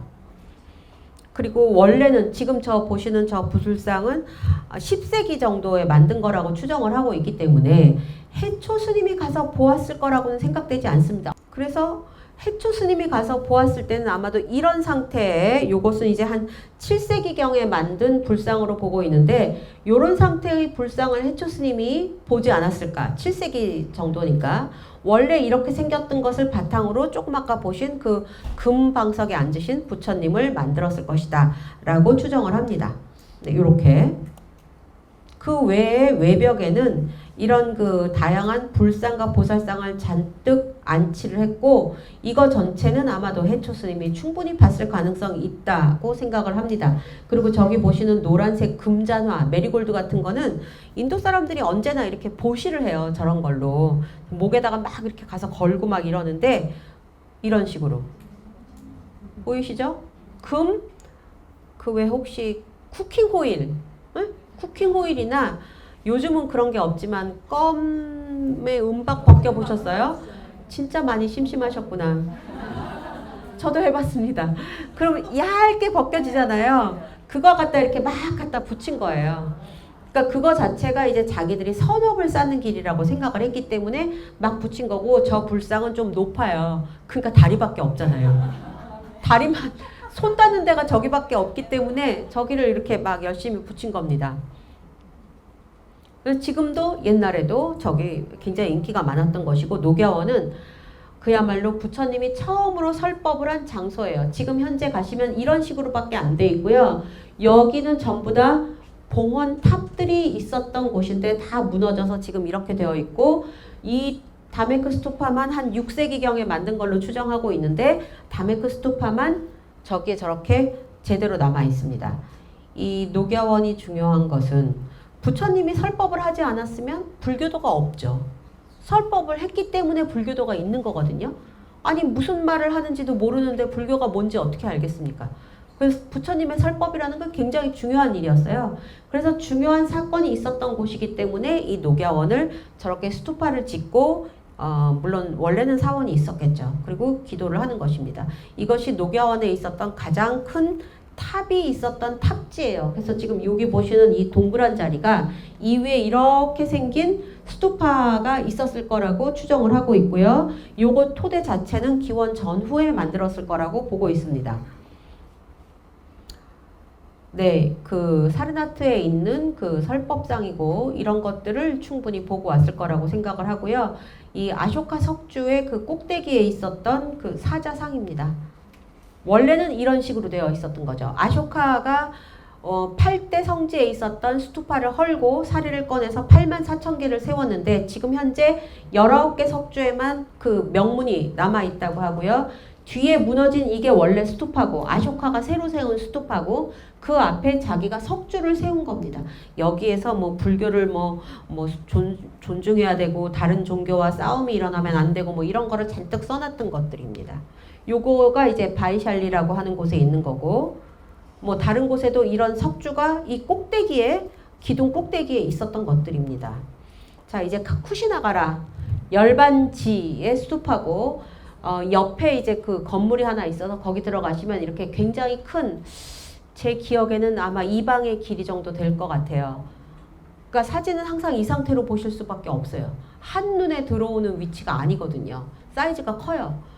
사람이 한 요 정도 높이 키가 그래서 그 정도 되는 큰 그 열반상이 있습니다. 열반이라는 것이 이제 그 깨달음의 완성 마지막 단계인 거죠. 더 이상 나고 죽고를 반복하지 않는 윤회를 하지 않는 상태를 열반이라고 하죠. 그래서 여기 열반상까지 아마도 다 봤을 것이다. 그래서 요것은 제가 그냥 갖고 왔어요.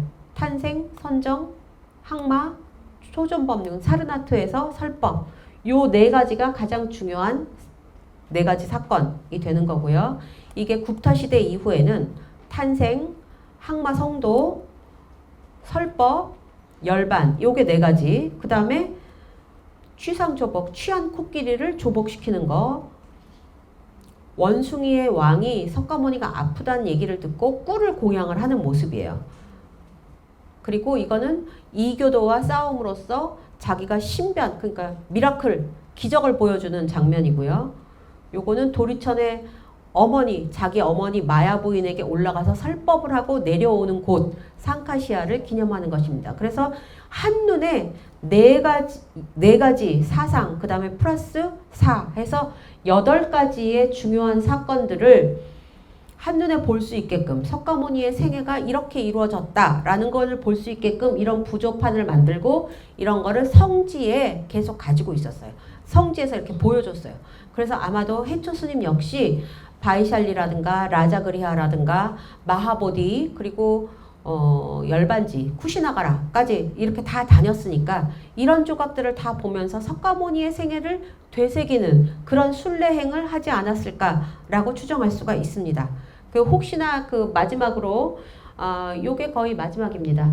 강멸이라고 하는 곳 이무베 그 미술이 어땠을까? 만일 해초가 갔다면 무엇을 보고 왔을까라는 거를 놓고 제가 한번 사진을 찾아봤더니 이런 게 있어서 참파라고 하는 나라가 이 이무베 그 원형이고요. 참족이라고 하는 종족이 인도에서 이주해서 베트남 중부에서 자리를 잡은 나라가 이무비예요.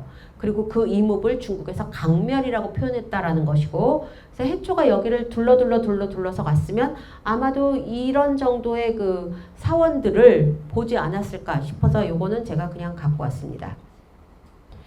인도는 분명히 갔었고 해상 루트에서는 무엇을 받는지는 확실하게 모르니까요. 그래서 요거는 이제 추정이 되겠습니다. 아마도 이런 것들을 보면서 해초가 가지 않았을까라고 볼 수 있겠습니다. 제 강의는 오늘 이것으로 마치겠습니다. 감사합니다.